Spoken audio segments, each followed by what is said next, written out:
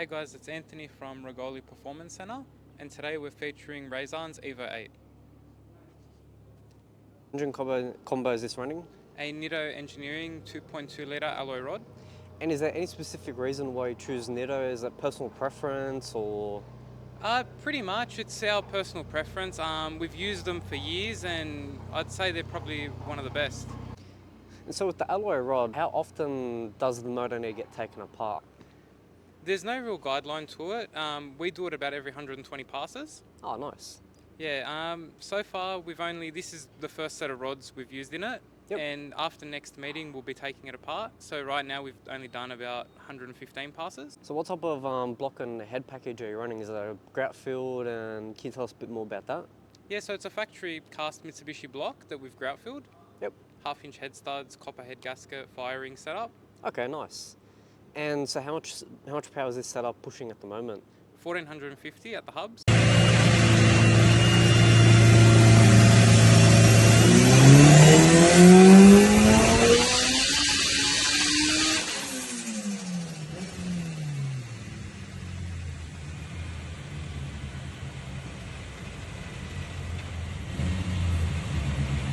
And that's fully maxed out, or? So it made that on 60 pounds boost.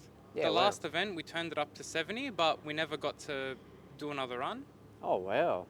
So they'll probably be saying, give or take, 1,500 closer when it's at the track, obviously. Yeah, when it's at the track, I mean, with the extra 10 pounds boost, I'd probably say to be about 1,500, 1,550. Nice. And what size turbo is it running at the moment? It's got the new PSR 7975G. And any personal preference why you choose like a Pulsar over a Garrett, Precision? You know, there's heaps out there, so. We chose the Pulsar.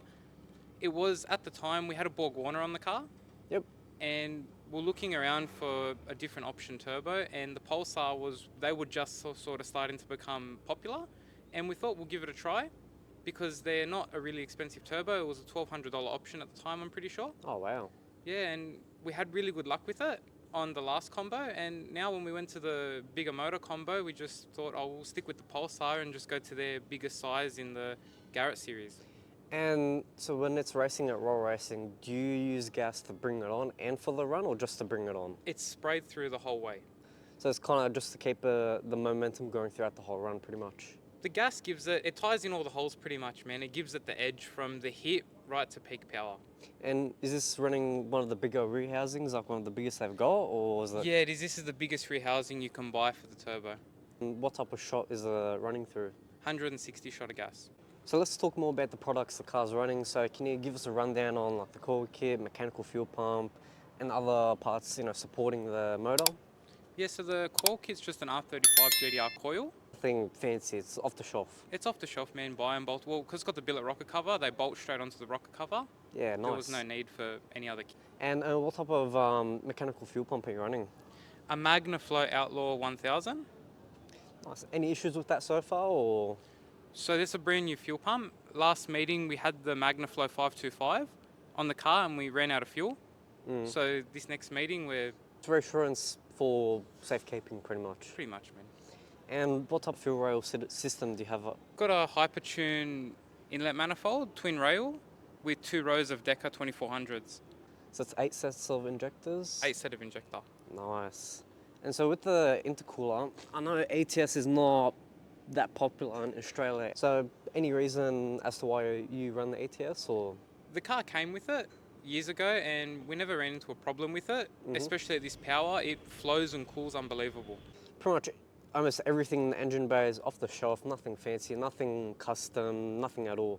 The only thing custom will be the exhaust and the intercooler piping. The rest of it's all off the shelf. The radiator was a lamb speed half-size rad. Because I know people get the idea, you know, let's say for like a big build like this, you have to do custom this, custom that, make sure you overproof it pretty much. Oh, this was pretty simple. It's a pretty basic, simple build. It's not too over the top.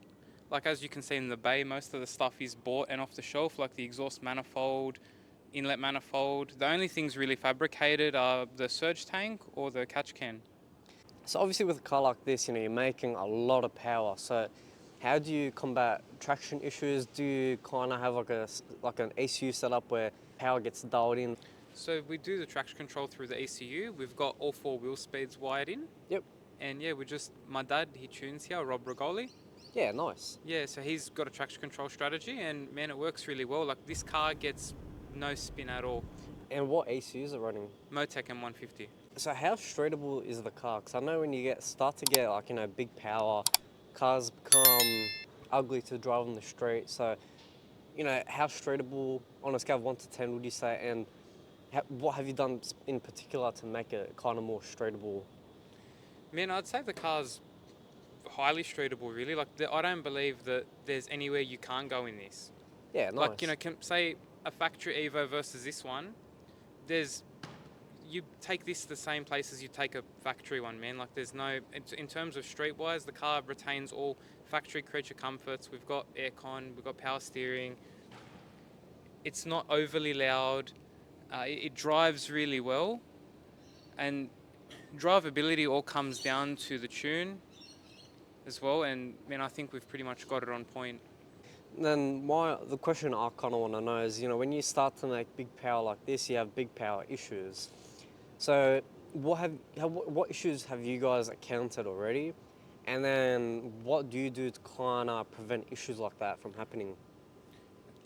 I guess at this kind of power level, the only downside to having a street car with this kind of power and this engine combo is the alloy rods. Yep. Every 120 passes, pull the motor down. Like, we do head and sump off, get the rods measured and checked. Yep. And if they're out of tolerance, replace. And that's probably the only sort of... Yeah, but that's more preventative maintenance on the rods, because that's what they also recommended from factory from Nitto. Yeah, so we just do the preventative maintenance to it, really. We haven't come across, I'd say, a major issue at the power level that we're at. Who did the machine work on the motor? Rigoli Performance in Oakville there, Phil and Lee Bird. They're really good friends of ours. Yeah, and nice. Man, part of this car's reliability, I give them a big thank you. So normally with a car like this, you'll see either H pattern or sequential lever, but with this one we've got paddle shifts. So can you tell us a bit more about that and how you got it set up that way? So it's an air shifted system through the Motec. So was it a complex system to kind of put together, or was it pretty straightforward? It's pretty straightforward. We just use the Evo 10 surround with the paddles. Yep. And then you've replaced it with the keypad. So what's the keypad kind of used for? Our keypad just adjusts our boost settings, nitrous purge, nitrous arm, Nice. traction control, a few little features like that. And Rob was saying the downshifting on this is very, very smooth, as if it's a OEM car, correct? Yeah, that's correct. The shifting in this car, we've been working really hard on to get a sequential transmission to shift up and down as smooth as possible. Yep. And some workshops say it's impossible to get a sequential car to downshift back into first gear without the clutch. Yep. And man, I think we've pretty much nailed it. Yeah, nice. And with this car, it's full straight trim, nothing's been added in, no carbon bits, nothing. Still retains the aircon even. So pretty much it's a full weight straight car, weighs about 1,500 kilos, correct? Yeah, it's 1480 without me. Yep. And with me, it goes nearly mid-15s.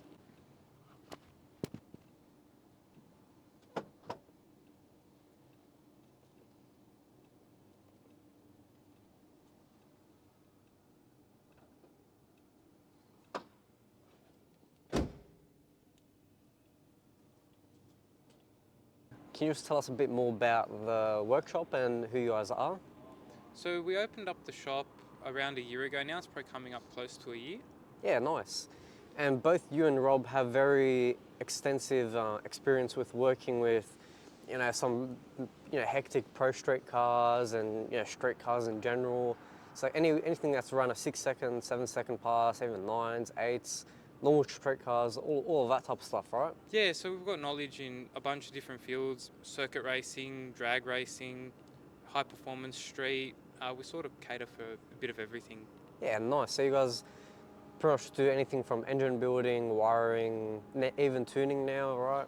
Engine building, gearbox building, tuning, we do it all. A full fit out, so man, a car, doesn't matter what it is, we don't really have a specialty, we do it all. Yeah, nice. Whether it's a Nissan, Mitsubishi, Subaru, Mazda, Toyota, we do everything, man. And like, it is more of sort of these cars, but I mean, the standard stuff doesn't scare us either. Like if a Land Cruiser came in for a service, we do that too. Yeah, and do you have a page, number, or anything you want to drop on the screen for people to contact you? So we got a TikTok page, Rigoli Performance Center, also Facebook page too. Yep. And yeah, our numbers are...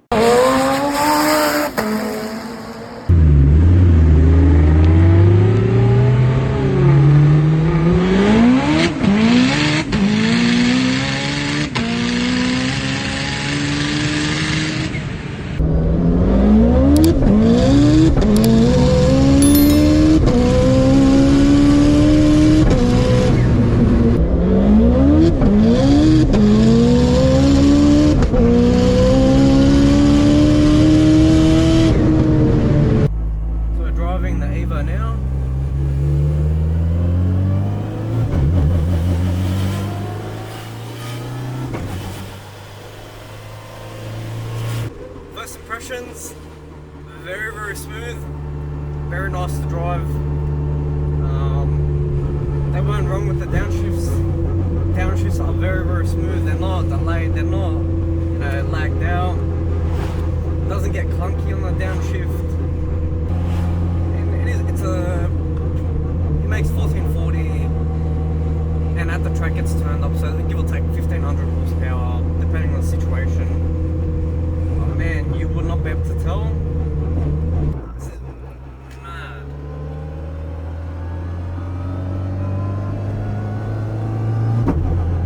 Yeah, like say once you get the gist of it, it shifts a bit smoother. It's just the initial when you first start driving it. Yeah, tell you work with the throttle. Yeah. 100 horsepower Evo.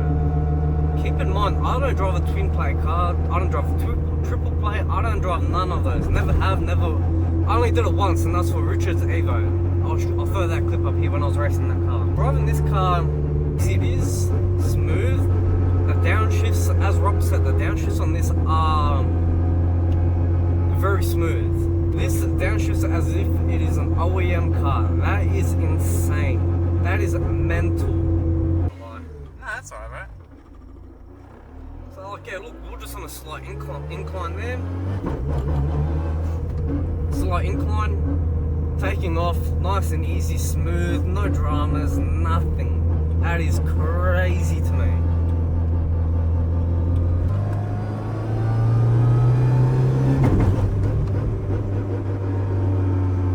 Oh no, so like I race it quite a fair bit. The last couple roll racings my dad's been driving. Yeah, nah, that's mad.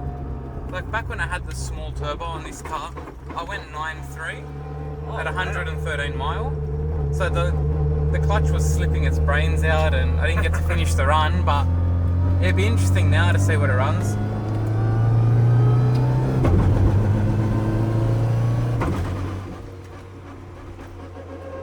Yeah, overall my opinion on this car, very smooth, downshifting from first to second now, from second to first, impeccable. It is...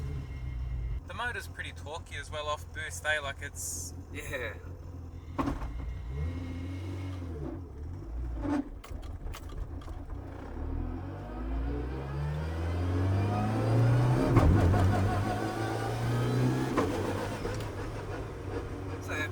So this has a big turbo on it. It's a 79mm, right? Yeah, 79, 75G. So this is a 79mm turbo, and keep in mind, there's no nitrous. It has a 1.28 rear housing. This gets off the line fine. It's not laggy.